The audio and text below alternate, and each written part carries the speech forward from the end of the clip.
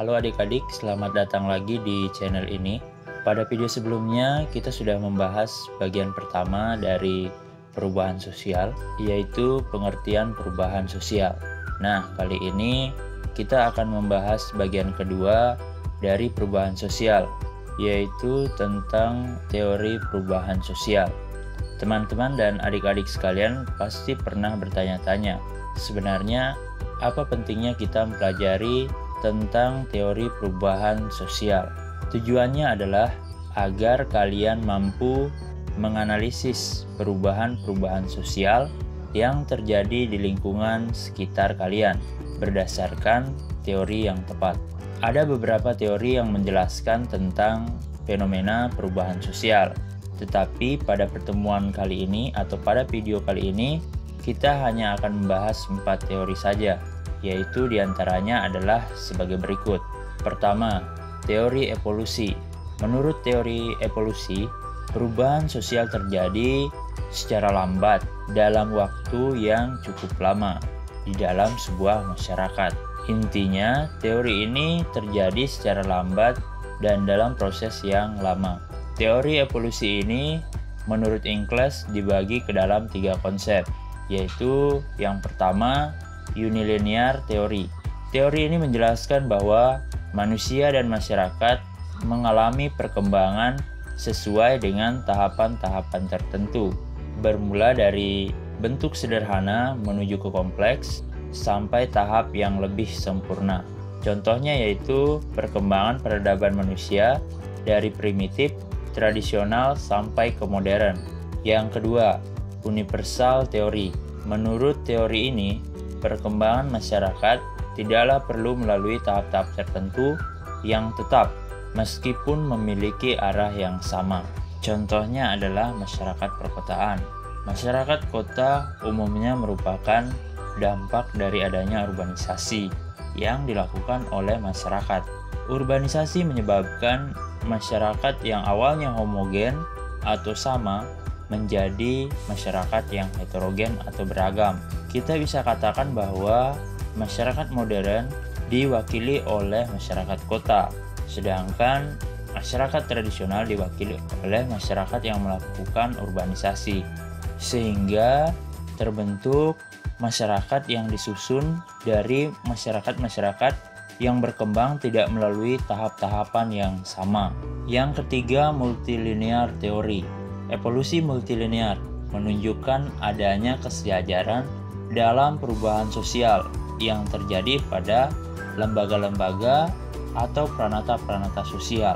Dalam artian, perubahan sosial terjadi ketika lembaga atau pranata-pranata atau unsur-unsur sosial saling mempengaruhi satu sama lain. Contohnya, lembaga pendidikan mempengaruhi lembaga ekonomi.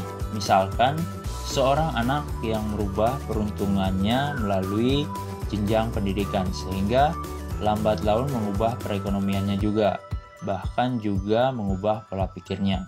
Kedua, teori linear. Teori linear atau perkembangan menjelaskan bahwa perubahan sosial mengarah pada titik tujuan tertentu. Bagi teori ini, mengasumsikan bahwa perubahan terus terjadi, layaknya sebuah tahapan, di mana setiap tahapan dipandang lebih baik dibandingkan tahap sebelumnya. Contohnya, perkembangan penggunaan HP yang semula fungsinya hanya sekedar untuk SMS dan telepon, kemudian berkembang untuk digunakan berselancar di internet.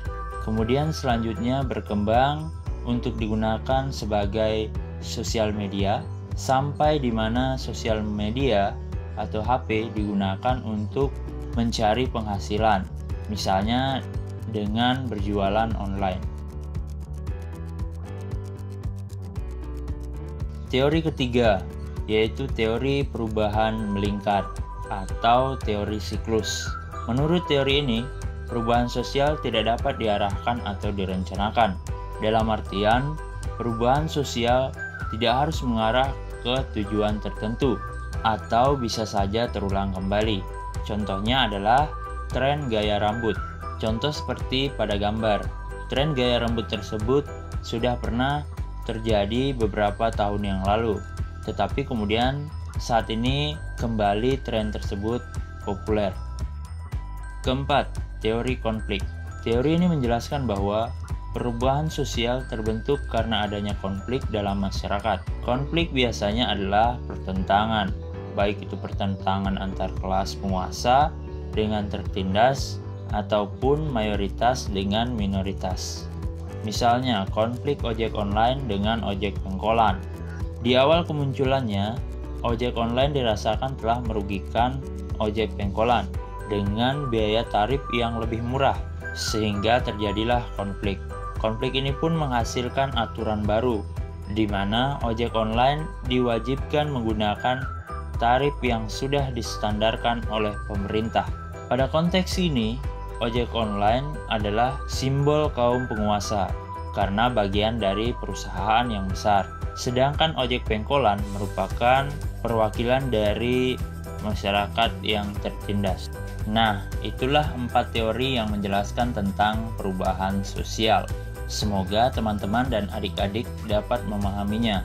Pada video selanjutnya, kita masih akan membahas tentang perubahan sosial, yaitu dengan submateri bentuk-bentuk perubahan sosial. Sebelum saya mengakhiri video ini, silahkan kalian kerjakan terlebih dahulu soal berikut sebagai bahan evaluasi kita. Soalnya sebagai berikut. Menurut universal teori, perkembangan masyarakat tidaklah perlu melalui tahap-tahap tertentu yang tetap. Nah, silakan kalian berikan contoh terkait dengan universal teori tersebut di dalam lingkungan masyarakat kalian. Selamat mengerjakan dan sampai jumpa di video selanjutnya. Terima kasih.